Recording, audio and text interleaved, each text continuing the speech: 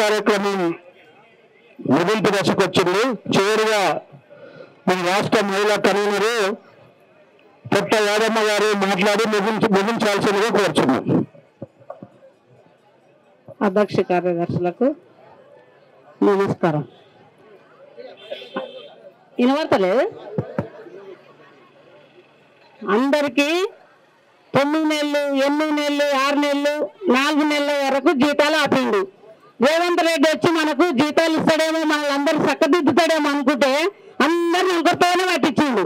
ఇప్పుడు ఆయన ఇంట్లోకి వెళ్ళిస్తలేడు జీతం. మనకు మన ఊర్లలో మనం కష్టం చేస్తున్నాం, మన ఇంటి పన్నులు నల్ల బిల్లులు వసూలు చేసుకొచ్చి తీసుకుపోయి మనము అన్న బ్యాంకులలో వేస్తే బ్యాంకులలో జీతం చెక్కులు పాస్ కాకుండా వేసి అంత కిందకెళ్ళ పక్క పెట్టిండు, అల్క పక్క లెక్క పెట్టిండు, అన్ని దేవకపోతుండు.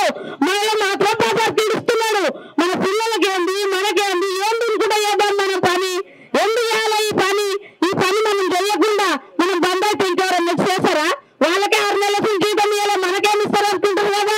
మీరు ఏం భయపడకూడమ్మా, ఏ దానికైనా సిద్ధంగా ఉండేది. మనం సమ్మెలకు వెళ్ళిపోదాం, మనం సమ్మె చేద్దాం.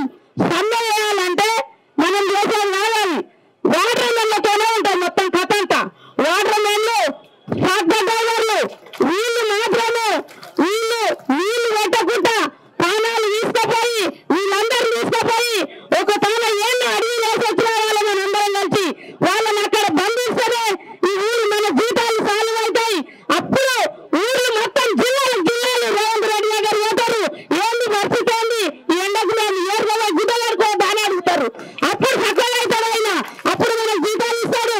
మనము రేవంత్ రెడ్డి గారు వస్తే మనకేమన్నా మనలో పెద్ద చేస్తాడేమో, మన జీతాలు చేస్తాడా, పర్మనెంట్ చేస్తాడా, ఇన్సూరెన్స్ చేస్తాడా, మనకు మన పిల్లలు మన బాధపడతారా ఈ జీతం అనుకుంటే ఆయన మాత్రము మన సభలో తీసుకున్న రోజులు ఎమ్మెల్యేలకు చెప్పారు, ఎంపీలకు చెప్పారు, శ్రీకాకుళం చెప్పింది. నేను శ్రీకాకుళం 4 సార్లు అయినమ్మా జీతాలు లేవని. అప్పటికోసారి మనకు బకాయిలు ఉంటే నేను సెక్రటరీ గారికి ఆఫీస్ కాడి పోతే అరే నన్ను చుట్టుముట్టారు ఏంటి మన పేపర్ విలేకరులు.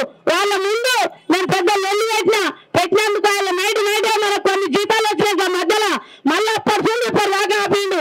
అందుకు మనం మాత్రం ఆయన దగ్గర పోతే మనల్ని రానియడు, మనకేం చెయ్యడు. కాబట్టి మనం కొట్టక తిట్టక చేసేది ఒక్కటే, మనము మన జిల్లాలల్లో ఎక్కడెక్కడ మన ఎంపీ ఆఫీసుల కాడ మనం సమ్మెలు చేద్దాం.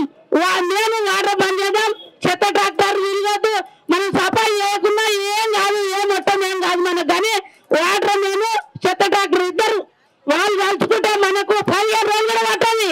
3 రోజులలో మన దగ్గర దిగొస్తారు, అంత గవర్నమెంట్ దిగొస్తుంది, మనకు జీతాలు వస్తాయి.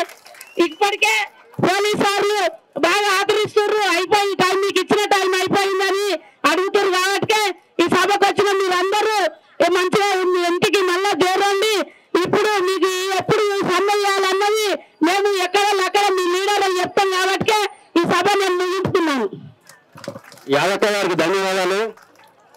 పిల్లలు కానీ ఎన్ని పనులు ఎంత ఎండగొట్టుకు వచ్చేసి